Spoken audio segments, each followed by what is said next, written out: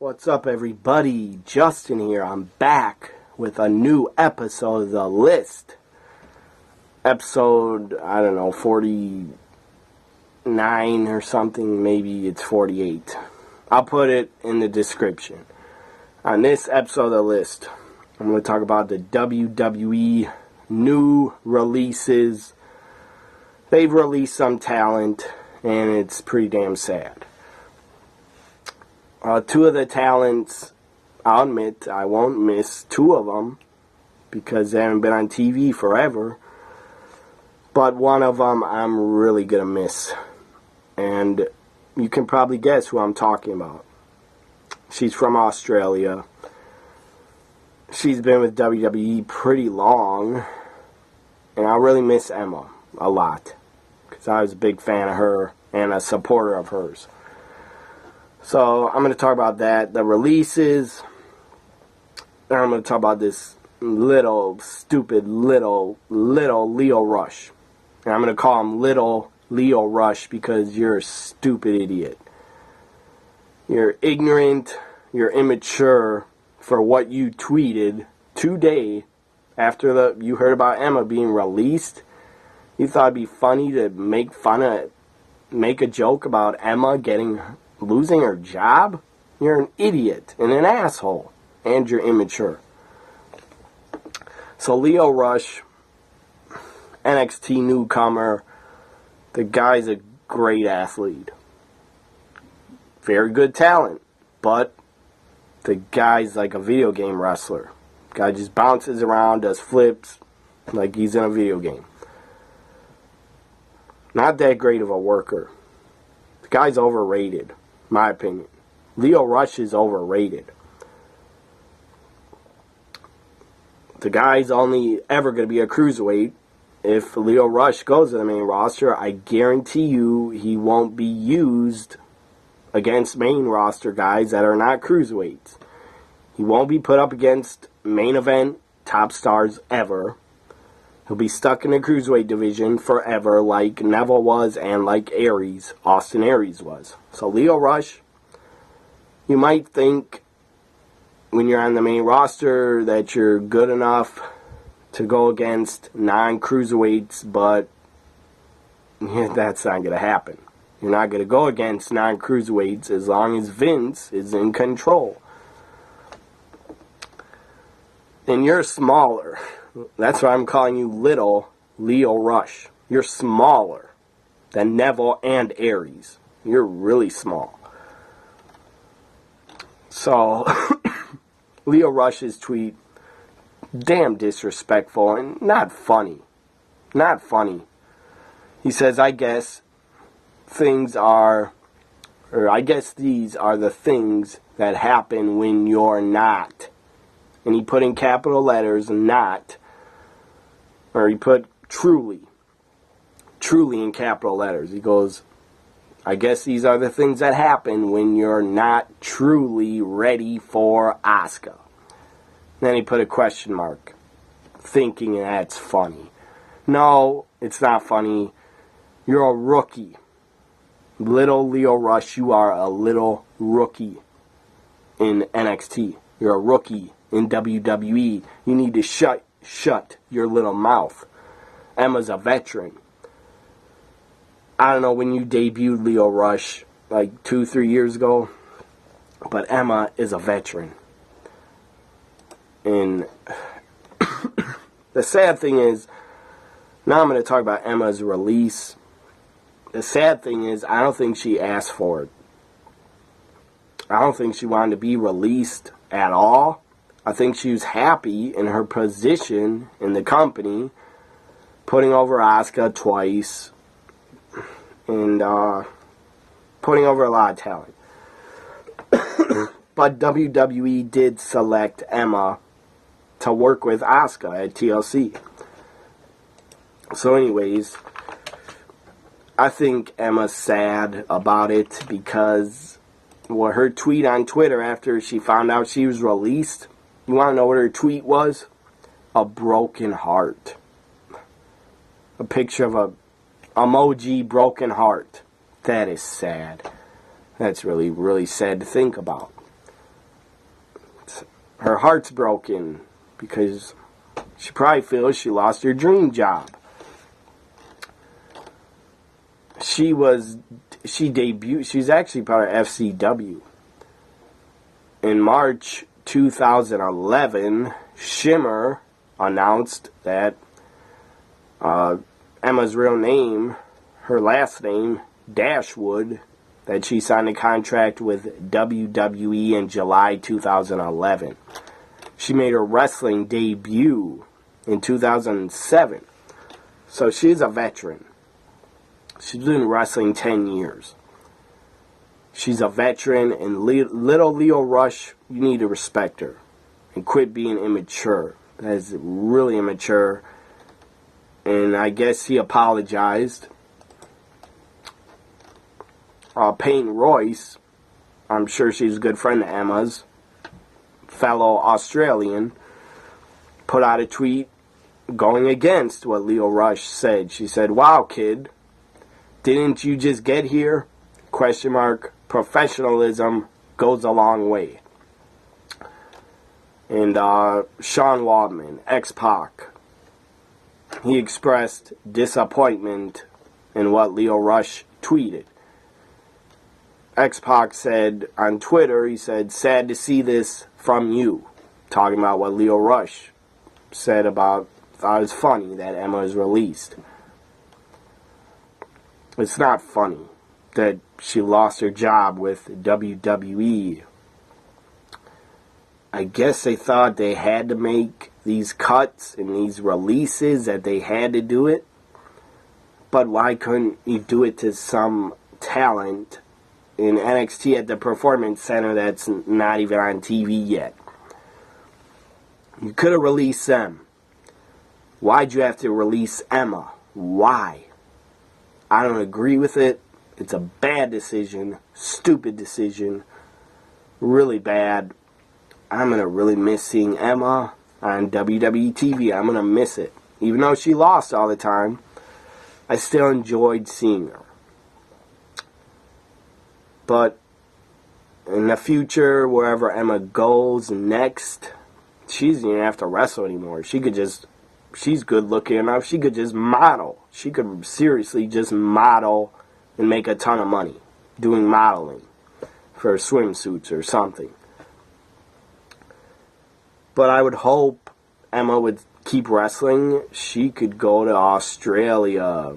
They got great companies there. She could go to the UK. They got great companies there going on. Great wrestling in Australia, UK, Japan. She could go to Japan and hopefully make a lot of money. I would hope she'd go to Stardom and that they'd bring her in. And where else could she go? She could go anywhere. Anywhere she wants. She could go to Mexico. She could go to the Indies and probably make a good amount of money. Because Emma is a great wrestler. She has the looks. She has the promo skills. She has the it factor. She has a wrestling ability. She's not just a pretty face. Emma is great in the ring. She's underrated. Really underrated. Emma could have a 5-star match with anybody in WWE if they allowed her to, but they never did. The best matchup that she ever had in her greatest rivalry was probably against Paige at the first NXT TakeOver in February 2014. NXT TakeOver Arrival.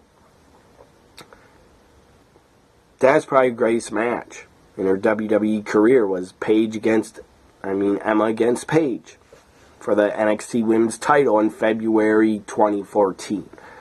Her other, excuse me for coughing, I'm still a little sick. Her other greatest feuds and matches, in my opinion, were Emma against Asuka at NXT TakeOver London, and Emma versus Asuka at TLC. I enjoyed a lot. It's disappointing, really disappointing to hear Emma was released. I was a big fan of hers. I'll still be a fan of her.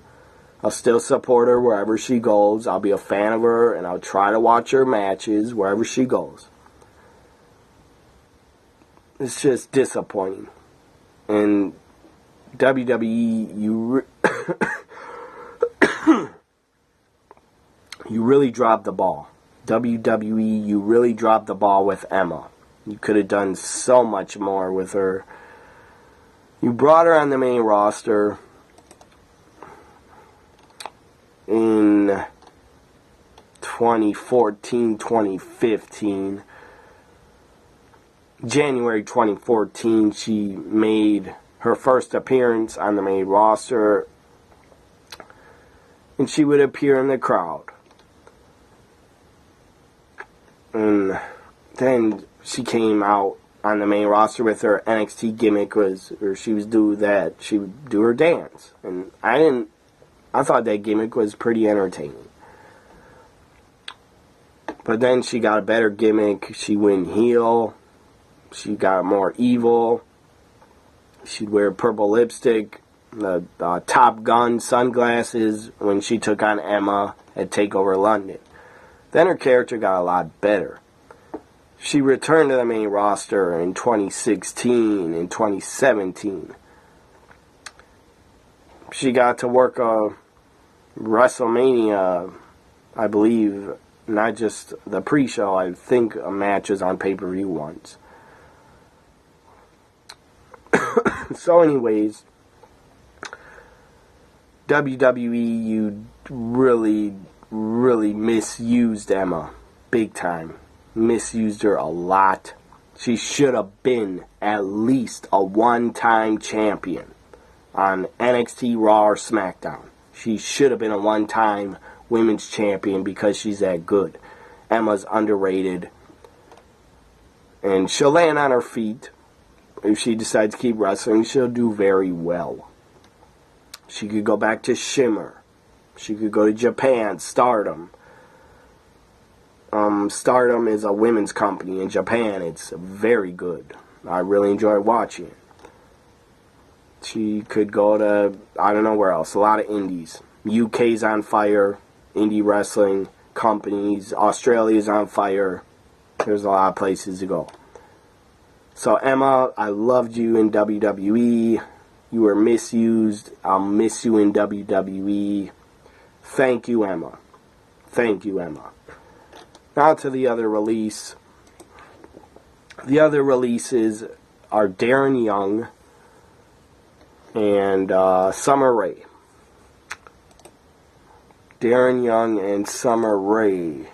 Let me get to what it says about the releases here. And I guess little Leo Rush, the guy to apologize for tweeting about Emma's release. Again, you're immature as hell. You're a little rookie. You don't need to be tweeting and making fun of someone being released and thinking it's a joke. It's not a joke. Leo Rush, you look like you're 12 years old.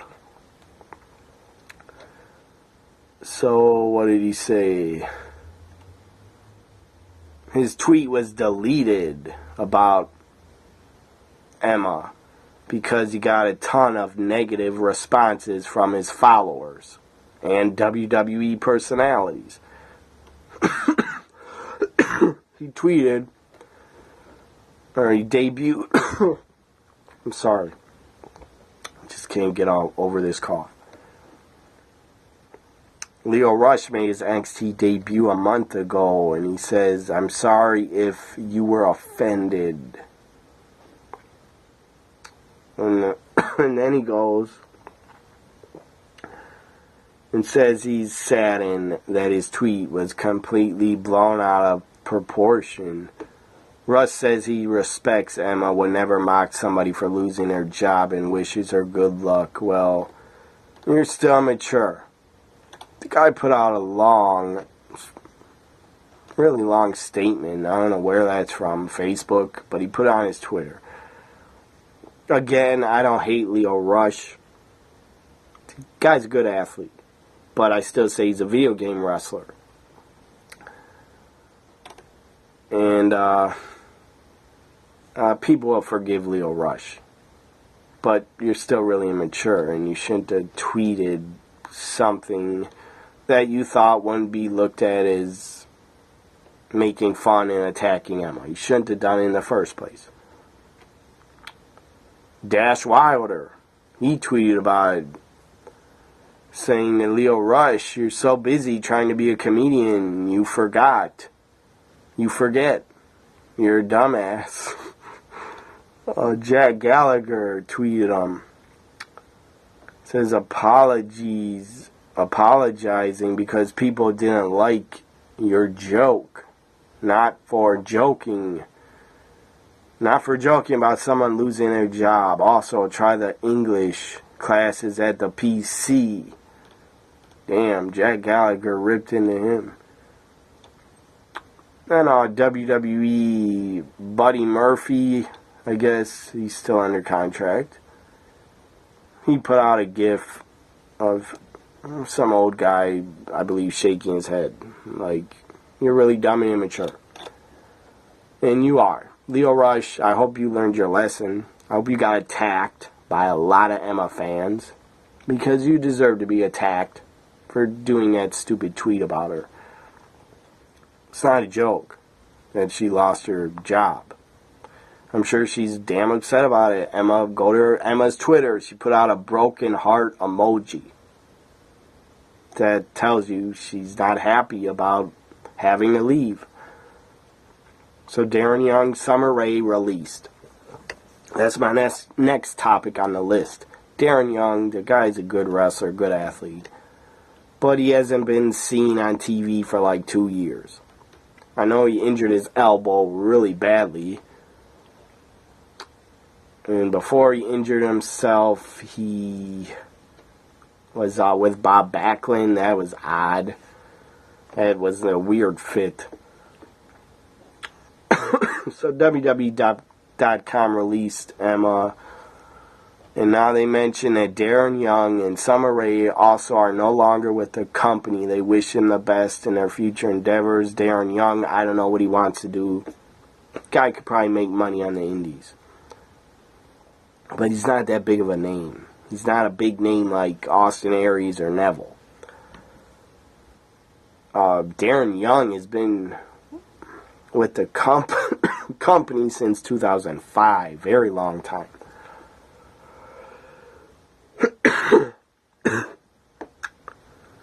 So he was part of the main roster in 2012 as part of the Primetime Players. I believe they did become tag champions, I think.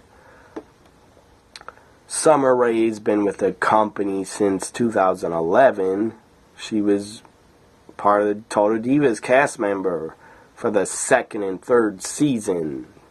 Then they got rid of her. They must have thought she's boring. I don't know. I liked Summer Rae. Summer Rae was underrated. Not as much as Emma, but Summer Rae could wrestle. I saw her in NXT a lot, and she could wrestle a match. She wasn't bad.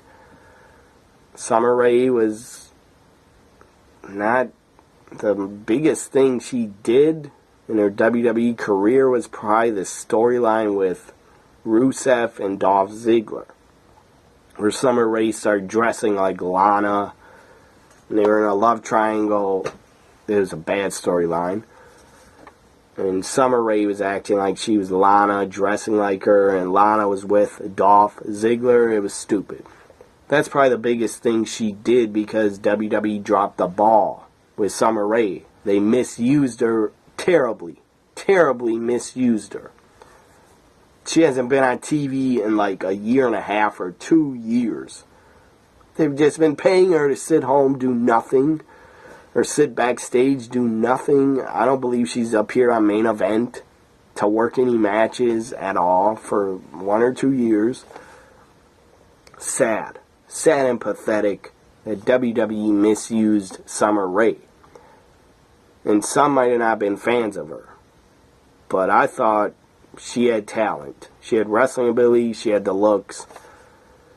She was an athlete. Summer Rae actually came from the Lingerie Football League, and she could actually play indoor football. Arena League football, I saw her playing it. She was actually good at it. So she was a pretty damn good athlete. And WWE really misused her badly. So, Summer Rae, I wish you the best. Whatever you do, her biggest storyline was probably with Rusev against Lana and Dolph, and her other biggest break in her career in WWE was probably getting to be in The Marine. She was in one of the Marine movies with The Miz. I think The Marine 3. 3 or 4 she was in. So, Summer Rae, I wish you the best. Darren Young, I wish you the best. Next story, final story on this episode of the list. I guess Brutus Beefcake on Twitter and Hulk Hogan are in a Twitter feud, going back and forth, ripping each other. And Brutus Beefcake, the guy must have nothing else to fucking do. Nothing else to do in his life. On weekends. Because the guy is tweeting non-stop. Go to his Twitter feed. Brutus Beefcake is an ass. The guy's an ass. The guy is just jumped on the back of Hulk Hogan since like 1983 and rode the back of Hulk Hogan. Because Brutus Beefcake had zero talent in the ring. The guy is bad as hell at promos. And the guy was so bad he had about 50,000 different gimmicks. Because he sucked. His best gimmick was probably Brutus the Barber. But I didn't like that. I was never a fan of his or the barber gimmick. As a kid, I thought it was cool because he'd cut guys' hair and throw their hair up in the air. But I was a stupid kid at the time. Brutus Beefcake, you have been on your knees for like 30 years before you start fighting with Hogan. At least 25 years you have rode the back of Hulk Hogan, been on your knees sucking his dick. And now you want to bash him? You wouldn't have a wrestling career. Brutus Beefcake, I guarantee, would not have a wrestling career. Would have not been in wrestling for like over 20 years. Would have not been in wrestling for 20 years if it wasn't for your friend Hulk Hogan. Because he brought you into WCW and got you a paycheck. When you had no business stealing a paycheck from Ted Turner and Eric Bischoff. Bischoff only signed you because Hogan probably told him to bring him in. And Hogan got a lot of his friends signed. He got Hacksaw Jim Duggan signed. He got Honky Tonk Man signed. He got Nasty Boy signed. So, Hogan took care of his friends. If you were his friend in wrestling, he took care of you. Jimmy Hart, he's taken care of. Not that Jimmy Hart needed to be taken care of, but I'm sure Hogan has paid him a lot to, I guess, be his manager or something. Or who knows, maybe Hogan is taking care of Jimmy Hart because they're just long-time good friends. But Brutus Beefcake, you, as I said, have rode the back of Hogan, and you wouldn't have a career without the guy. You would make $0 on the indies if you weren't in the WWF as Brutus Beefcake. I shouldn't just say Hogan made Beefcake famous because Vince did also.